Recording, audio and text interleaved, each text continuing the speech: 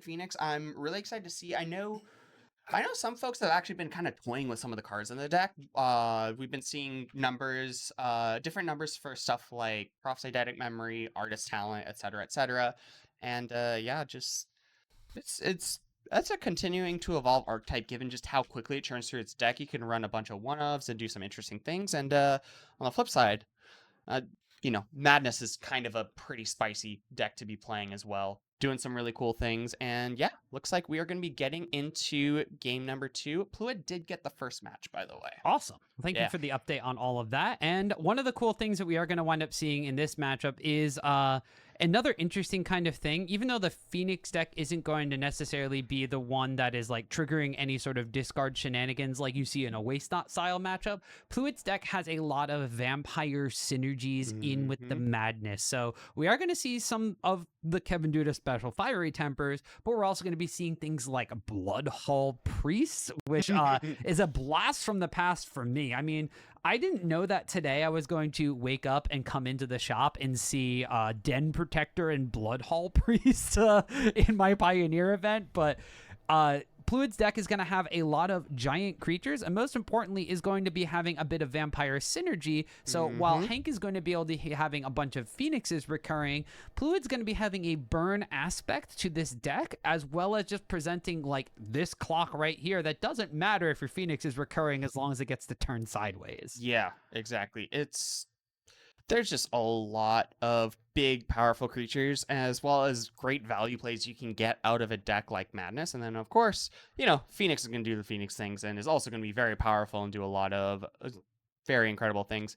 Got, good old Treasure Cruise. Apparently, Delve is coming back to Standard somehow. Yeah, but it's going to cost an arm and a leg, quite literally. Yeah, but, Delve is a very powerful mechanic, and we had to literally ask people to chop off an arm and a leg to make it balanced. Yeah, I mean the dragon itself has lifelink, right? So like you guys, somebody's gonna find a way to bust it. Exactly. I think everyone's already thinking about like, oh, now we have another way to break omniscience, right? No. All right. Well, we wind up having a couple of mulligans coming out here as the players. Oh, that's so nice of them to kind of touch the playmats together. So we have the full circle of the sun moon coming out here from our card art specialty playmat. But you mentioned that some of the pilots are doing some interesting things with the Izzet Phoenix deck. From my last known point of data from Hank's side, he is playing a couple more of those interactive counter magic spells in the main deck. I think there were 2 Spell Pierce in the main deck. He also has at least 1 copy of Prophetic Memory and still has multiple Brazen Borrowers somewhere in the 75, because I saw at least 2, if not 3 of them in our best of 3 in game number 3. Brazen Borrower is just such a fantastic card. It's in terms of adventure creatures, I think that the 2 that have kind of become like the baseline for powerful enough to be seen play in multiple formats are Brazen Borrower and Bone Crusher Giant. They really set the standard, and Borrower specifically, just it's so powerful and flexible. It's seeing play even in Legacy. Oh yeah. I think one of the other ones I want to throw in there just as a contention is also Questing Druid. That a lot too. Yeah, but that one, I'm talking about the OGs. The OGs that really set the standard. Questing Druids definitely met that standard. I would argue that Questing Druid and Mosswood Dread Knight definitely have pushed the boundaries of how powerful some of these adventure spells can be.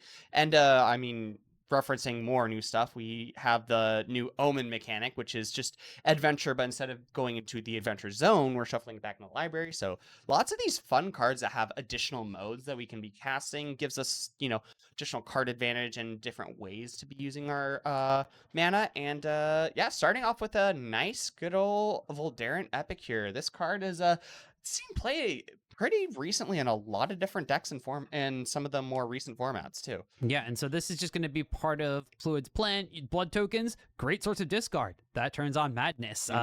Also, spiciness alert, Pluid has a couple of Shrapnel Blasts in the main deck as well. So if these blood tokens aren't going to be using for Madness, they are going to be using to be blasting people in the face. It does look like Hank here did shock in a Steam Vent, played Artist Talent, which is kind of the thing that is making this Phoenix deck tick nowadays. Yeah, Artist Talent has kind of become the engine for both the Izzet Phoenix deck as well as the current version of Lotus Field. It just does a lot of really powerful things.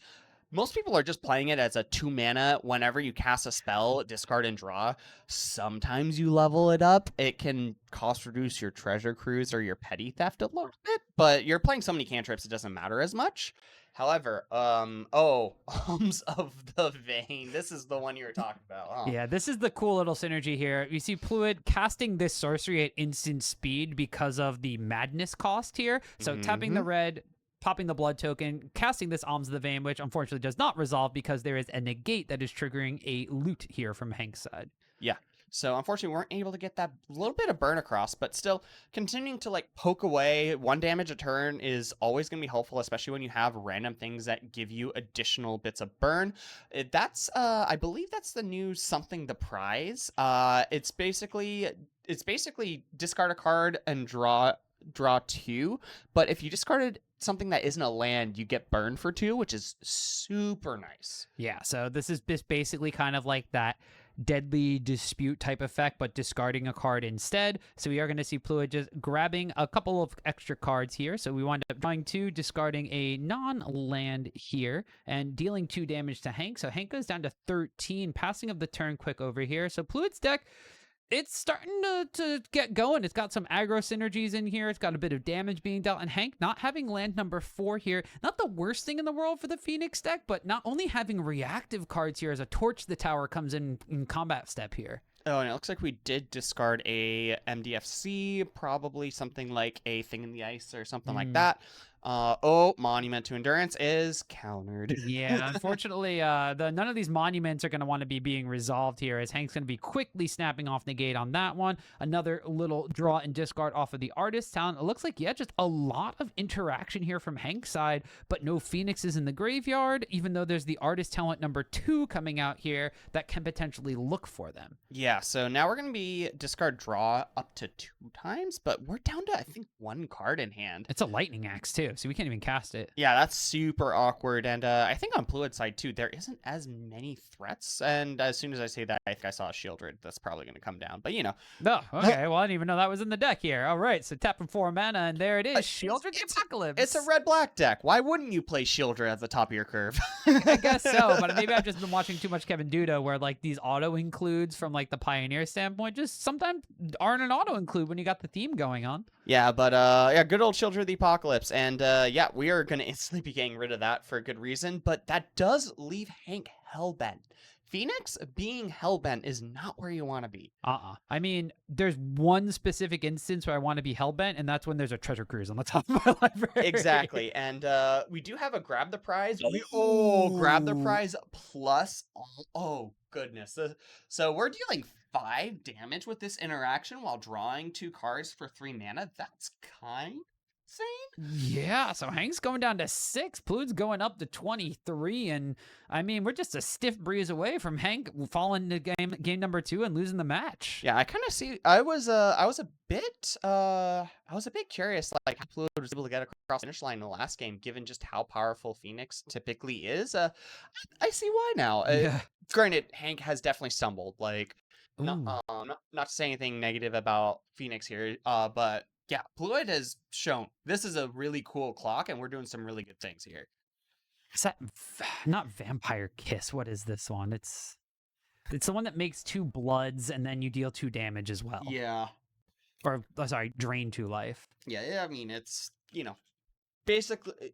So we're coming to figure out, which makes sense. This Rakdos Madness deck is just a Rakdos. Oh, it is Vampire Kiss. All right. Wow, I knew this one. Oh, and the that comes out. All right, I'm looking at Vampire's Kiss, and Pluid is kissing Hank goodbye in this one. It's a 2-0 for the Madness deck.